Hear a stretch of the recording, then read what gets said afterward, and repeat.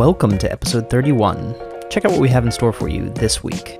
I want you to convince me that the Wright brothers, while designing their plane, went, you know what? This would be really cool to jump out of. I don't really want a winner, right? Like, I want all the students to do well. Way to go! You succeeded. Welcome to motivation. We like our fair share of games. Like, we enjoy video games. We play video games. Play them on the reg. We weren't playing them last night for 3 hours with a bunch of people. What is up, people? Another week of the High Tech Podcast. You're listening to me, Josh Swartz. That's me, one of the hosts. And then also, Will Illingworth. I stopped like I was going to give you a nickname, and I didn't because I failed again every episode. We're just only a couple episodes in here. You still haven't gotten that step. Yeah, I still haven't sorted gotten out. what, like 30-something episodes in. I still haven't figured that out. I think that's just going to be the thing now. Just don't have a nickname for me, but always want to have one. No nickname Will? Is that your nickname now? NNW? No nickname Will. And then No, I got nothing. Something, I don't know. Anyway, welcome guys, another week of some great things we're going to talk about. Although I would like to iterate, it's a cool week because it's somebody's birthday is coming up, right, Will? Oh, I don't even know what you're talking about. Oh, is it like tomorrow? I don't even know what you're talking about. Yeah, I might getting old, man. Shut up. You're the one that already cracked the big old 3-0. Yeah, you're still a little bit behind. It's fine. He can still have fun. I have to be an adult now. So hey, I ate my vegetables tonight, so I think I'm an that's adult. good. I didn't eat anything. So that's for later. We're gonna try and fix that. Anyway, welcome back, guys. We got a lot of stuff we want to talk about, but I think Will, you have a question you want to lead us off with? Yeah, because, that's a thing we do. A fun question. Now, this is coming off of last episode, so if you haven't watched our podcast. Watch the eventful audio. I'm looking at it on my left screen right now. It goes ping, ping. If you haven't listened to episode 30 on Top Hat, head over to hightechpod.us and make sure you listen to episode 30 on Top Hat. Right? That's a great episode. Great tool. But that reminded me of our story that came up during last episode, and then you never you're like, "Oh yeah, I've got a funny story about that." And then you never said what we were running out of time. So, Josh, what's your Top Hat story? So it's not really that eventful. Well, I mean, like, I wasn't like building it up like it was gonna be like this huge intro question. It was just like a thing I said. It was a cliffhanger.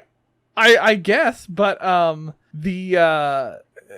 it's literally my sister got married a couple weeks ago, and there was this guy with a top hat. That was literally it. He had like this cool beard, and he had this huge top hat, and he came out and was like, "Look at me in my top hat." I mean, like, that's essentially what happened. It was nothing gigantically. That was it. Eventful, man. I waited a whole week for that. Yeah, I don't know what to tell you. I know your phone number. I could have texted you for it. We could have talked about it last episode. Yeah, we could have talked about it afterwards. It's a little bit of a letdown. That was it, man. You know what would also be a little bit of a letdown? Jumping out of a plane. I mean, it depends on the jump, I guess. That's true. It could be a letdown. So, Josh, considering the fact that your top hat story was a little bit of a dud or letdown, would you go skydiving? That was, I think, a bigger, broader question this week. Oh, I mean, I guess, yeah. No. Pretty simple answer. No. I have a firm held belief. Okay, if man was meant to jump out of a plane, man would be able to fly without a plane. Okay, that's my firm belief. Like, I get it. Okay, we got parachutes. It's an adrenaline rush. Blah, blah, blah, blah, blah. But, like, falling towards the ground does not seem to me like a fun, eventful adventure. Like, no, people didn't do that on purpose. They weren't just like, oh, I'm going to jump out of this thing. My other reason, and I feel like I'm pretty well supported on this, okay? I want you to convince me that the Wright brothers, while designing their plane, went, you know what? This would be really cool to jump out of. I want somebody to tell me that conversation happened. If it didn't, this is why I don't support skydiving. Yeah, it's a hard no for me as well. And I think the best way I can put it is actually a quick story from my uncle. I got my motorcycle license in high school, college, whatever. And I remember asking him at that time for him, like, "Oh, Uncle Tim, have you ever ridden a motorcycle? Like, did you ever get your license? Did you drive?" And he turned to me, William. He said, "William." I said William. Someone said William. I'm William. Somebody Hello. said William. This is a very confusing part of the story. I got to be honest. So William, there are better ways to commit suicide. And I was like, I think that's a pretty good principle. Like, if the he's not wrong. If the act in and of itself is a bad way to commit suicide, then I don't think I want to choose it. Like, dropping out of a plane feels like a bad way to commit suicide. I'm just saying, it's like the opposite of what the plane was designed for. Like, they designed the plane to keep people up. Like, if a plane could talk, it'd be like, "What are you doing, you moron? Like, I'm Shut here. the door. I've got you up in the air. Why are you jumping out?" Like, parachutes were set as an emergency thing, okay? You don't see people on boats jumping out with life preservers to have fun. Like, that's not what people do. Well, I guess technically they have, like, floating devices. do. Okay, there's a hole in my let's argument. go with my motorcycle thing. Yeah. Okay, so there you go. We are wimps. High Tech Podcast won't go skydiving. We are soon. high only in higher education. We are not high in heights. We are not high in drugs or planes. I felt like I had to attach that on That's important. Yes. That was an important. We are high only in the higher education context. That's yes. it. There's in no the other higher context in education which we are context. high. Yeah. No, my house isn't even that tall. Like, I'm short. Like, literally, that's the limit of the high. In fact, the high tech anybody podcast. we interview or bring a part of the show cannot actually be any taller than me. So that's it. I'm 5'11". It's true. If you're That's in taller our than requirement. that, you can't be on the show.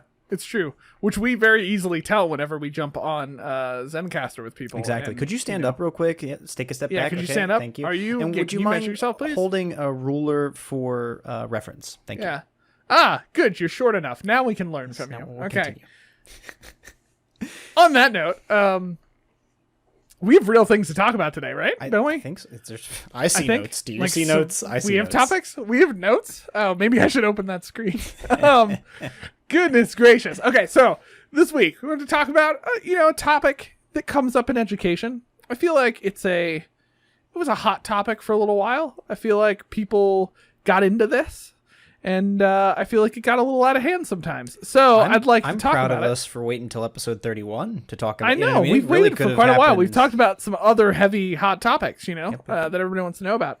But now we want to talk about how to use this concept called gamification. Yep. Okay? Yep. Which sounds way cooler than it is. I got to be honest. Ooh. Yeah. Don't be mean. I'm not trying to be mean, okay? I just, I feel like this is a thing. Anyway, how to use it. So first of all, let's talk about what do we mean by gamification, because this is used across education. I will admit we're a higher ed focus, and I feel like it's more popular in K-12, probably. I think that's probably an easy argument. I don't see this in higher ed quite as much. With the exception of simulations. Like, I've seen a lot of simulation content in higher ed, and I don't see as much simulation, except, like, chemistry, like, some things like that. But yeah, no, I do agree that it's gamification as a term and even as a practice is prevalent in K-12 and even in our tool today, but in so many tools, you'll see gamification elements in, ed tech and in K-12 focused ed tech. But no, I'd agree with you that, it is that primary market. And then where I've seen it in higher ed, I think is much more in the research area or like practical application, like simulations. I think that there's, okay. Early definition here, and I might not be great on these, but the first thing I would distinguish is gamification as a concept. Like, to gamify something is to make it more game-like or game experience-like. Mm-hmm. But there's also game-based learning, right? Game-based learning would say you're going to do some learning in a game. I think there might be one other term out there that's not come to me, but like one of the things I think is helpful in understanding this field is that there is the act of using games like Monopoly or like a game you build to teach something, right? That's like game-focused learning experience. But then I think gamification is I'm going to take my World History 2 class and, instead of use grades, use points, and those points can earn the students certain things. That's gamification, right? Because it's not like I'm making a full game. The course isn't a game. I don't really want a winner. right? Like I want all the students to do well. Way to go! You succeeded. The rest of you lost. Hey! All the Losers. students in this class fail except for that one. Welcome to motivation. Right. So that, I think for me, that's the big distinction. Can you think of anything else or big points to consider here? I mean, I don't know. Yeah, I think that's helpful. Like thinking about the difference of what we mean by like using games for learning and gamification. Although I feel like the line between those things sometimes can be really murky in the way we deal with that. But yeah, I mean, I think of it as, in some ways, some of what like fostered gamification, in my opinion, is how do we like leverage different forms of motivation to like get students to learn, right? And so some of that comes into play. It looks a little bit different. Like some of it can be literally doing like a, gamed type quiz in class to motivate them to engage with the quiz instead of just doing like here's your 10 questions. I can't tell you how many slide decks of Jeopardy I've built in my career. Yes. Yep. Yeah. Or, there's the tool that we still refuse to review out of like adamant, like, I think just being jerks. Kahoot is one that has become very popular because it's very easy to create kind of a game experience for students. But then there's also this other concept that you're getting to, which is this, like, when it comes to, especially like a learning experience, like the course that you're creating, like an online course or something like that, there's ways that you can create kind of gamified principles in the course to motivate students to progress through it. Right. And there's a lot of different ways that this plays out. I'm going to start off right away with my first way that I think is absolutely horrible, is the way that gamification evolved in many ways for some people was like, oh, okay, well, like if I give people like badges and like points, they'll want to learn more. And like research really shows that like that's not true. Like I kind of feel like people looked at video games and went, well, they give awards when they finish things, achievements, so let's do that. They get achievements. Yeah. And like while there's a certain, like, there can be motivating factors to that, there's a lot that they're ignoring in games. That they're just kind of forgetting. Like it's a very surface, in my opinion, it's a very surface value evaluation of what happens in games, right. And it was just kind of like this plug and play idea that a lot of people try to do. And there's nothing wrong, I think, with doing badging or doing stuff like that. Like for those of you who don't know what we're talking about there, you can do like kind of certificates or digital badges that are literally like little badge things that they get for doing different kind of activities or Cub Scouts, participating a certain way. Yeah, participating. And that stuff could be helpful, but if it's devoid from like really thinking through actual motivating factors, it just becomes a surface value thing that doesn't really necessarily motivate students a ton, in my opinion. Right. So like where I really like to see gamification, I think, is in a couple different principles. One, like this thing we've talked about with doing like basically game versions of activities to get students engaged and kind of motivated. Like the best solution we can come up with is doing like literally game type activities. Like quizzing, like, we talk about this in classes, using tech to do like live, like competition type of stuff with students. And there is a real motivation to that. Like while you might do a quiz, students might engage more if it's actually like, we like winning. Okay. Let's just be honest. Okay. So like doing that and showing like some of these programs we'll talk about, like tool we're going to talk about, PollEverywhere, like showing actual results. There are tools out there that will show bars of how teams are doing. Like, you got this score right, you got this. Like we all like doing that stuff. And at a surface level value, like that can really help students get engaged and engage with the content. You can use them as quick formative assessment tools. But it's enjoyable for your students, and they can kind of work together. Like that stuff I think is one area. The other area I like to see gamification used is thinking through how can we create like an experience that motivates students to engage with the content. So a good example of this is like if we're going to teach them law, for instance, okay? Sure, I could create an entire quiz about all these different scenarios, but what would it look like to actually create a kind of gamified experience where they actually have to immerse in a case of sorts, right? And they actually have to do a mock trial with each other and actually like defend each other, or do what they would do in law. I'm not a lawyer, so I'm losing some of the context here. Like read cases. I don't know. Like that's where this is where gamification to me is like a little bit of a broader category that I don't think people think of. Well, it's about that. And a popular one I think a lot of people have some context within high school or whatever is like is it called mock UN or model UN? Like there's a lot of high schools that do that as an activity. Like everybody gets assigned a country, they have to come and participate as a part of the UN, and that's games. That's a game in play. It's simulation, right? But one of the things I think that we haven't touched on today, but you've probably picked up on in the past, is Josh and I we like our fair share of games. Like we enjoy video games. We play video games. Play them on the reg. We weren't playing them last night for 3 hours with a bunch of people. Like we are highly motivated to play these games. But one of the things that I think is clear to us as game players is it's not any one element of the gameplay that motivates us to engage. Right? There's so much in any game that we play that motivates us. And here's the irony. Josh and I started a game probably maybe a long time alongside of the podcast. Like this is probably 6 or maybe 8 months ago. We started this game together that sucks in many ways. It is not great. Right there. Hashtag not a sponsor. The hashtag not a sponsor. But we still play it. Yes, we do. What suckers are we, right? Like there's literally really slow lag times and load times, and the story wasn't really long. Like there's certain things, and literally at launch we couldn't even play it, right? But the servers were down. I don't know why do we play this, right? I don't know. But if you think about the issues that happen with your class and with your students in class, online or face to face, that I bet you've asked yourself that at times. Why don't my students engage? Why won't my students get better grades? Why? Like there's issues, right? And one of the things might be said here is like if your classroom doesn't have something that's going to hook them and ultimately motivate them to get engaged, you need to add it.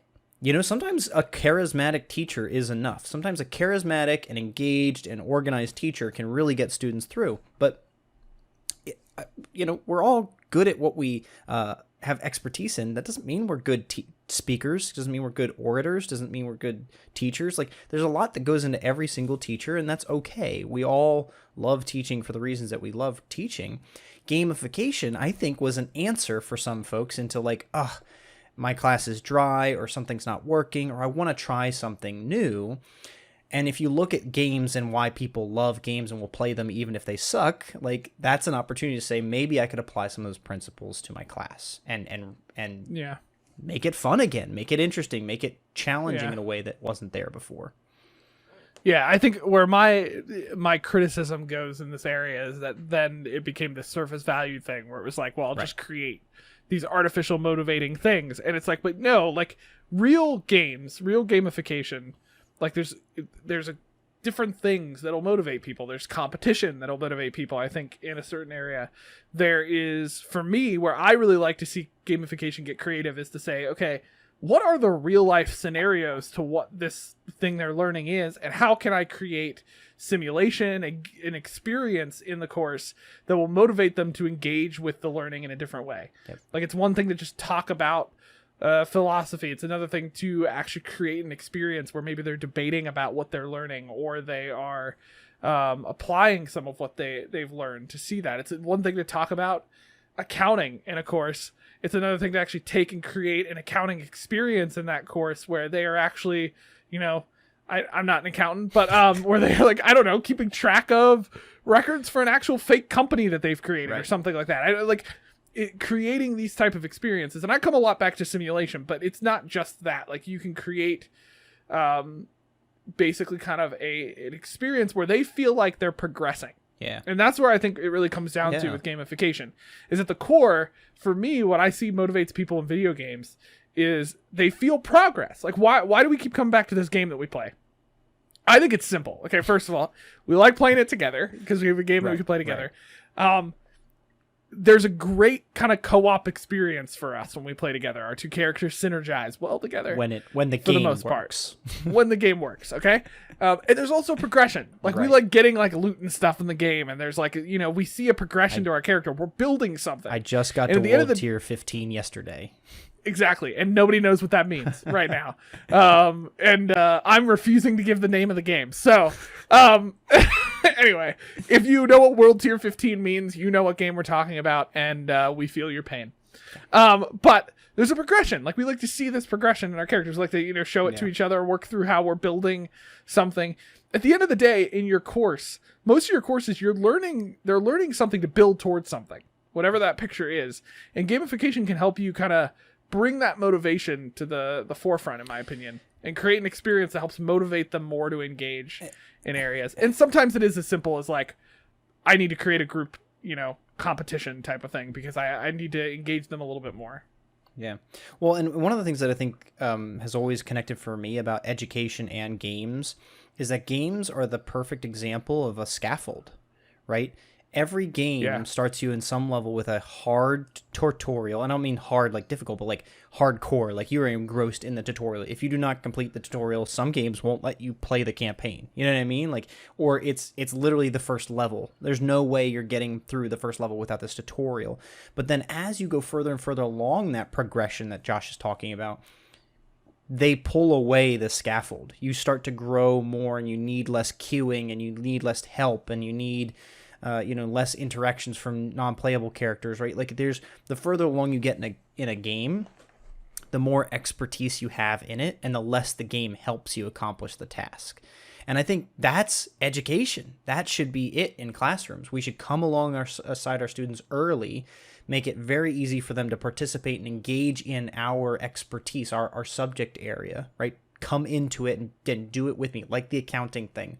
In psychology, so many psychology classes give students the fake baby, right? They got to take it home and take care of it overnight because they're learning about human growth and development. Like, these kinds of things bring you really into that experience of learning about what's going on, but with the goal of getting out of the way by the end of the learning experience. You know what I mean? I think that is the ultimate expression of scaffolding, and games.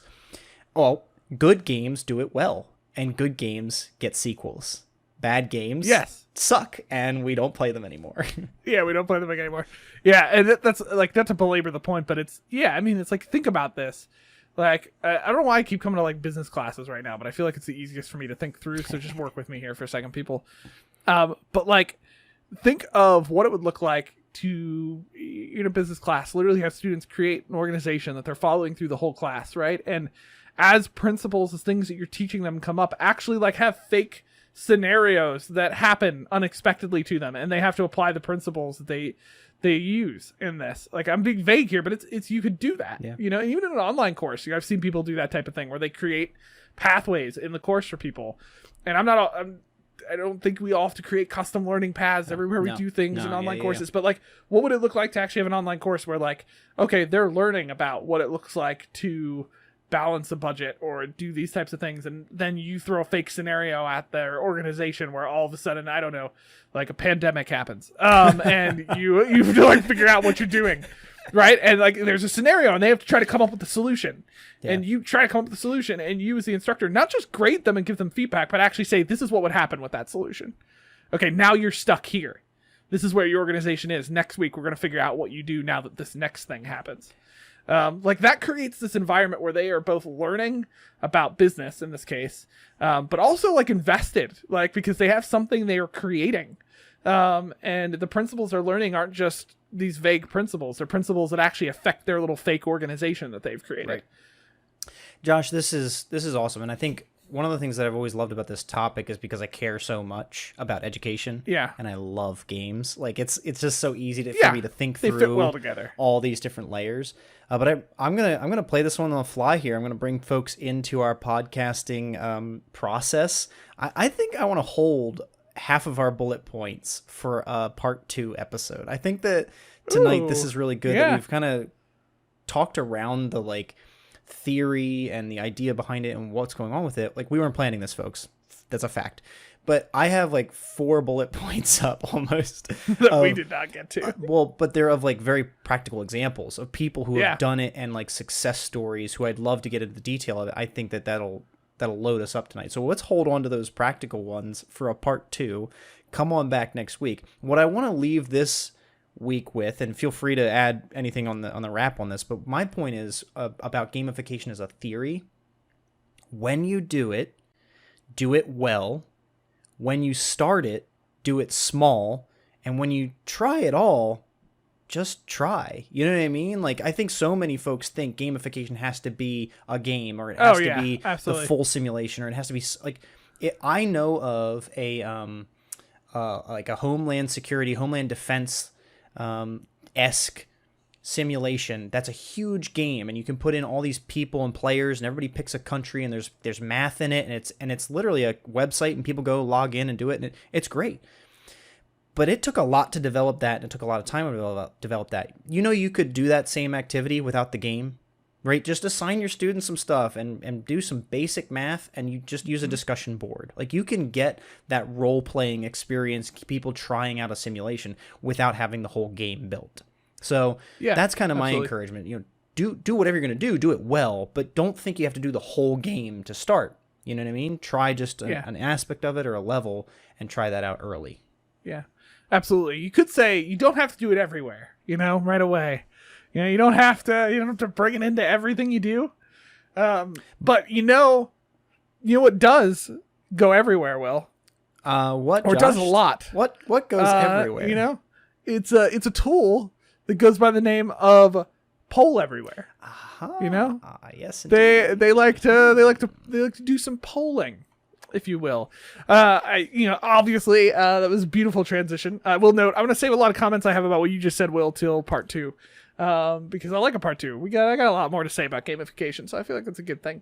But PollEverywhere is a great tool that can be used in a very small dose, or a lot, if you would like. So this is a tool we referenced, but one of the ways I've seen kind of a gamification principle used is to take what we talked about in past episodes, which if you haven't checked out our episode about how to do formative assessment, check that out. I wish I could give you a number, but I don't remember what number episode that was that we did that. So unless somebody finds it right now, I'm just going to say go check us out at hightechpod.us and go look at our episode list and find that episode.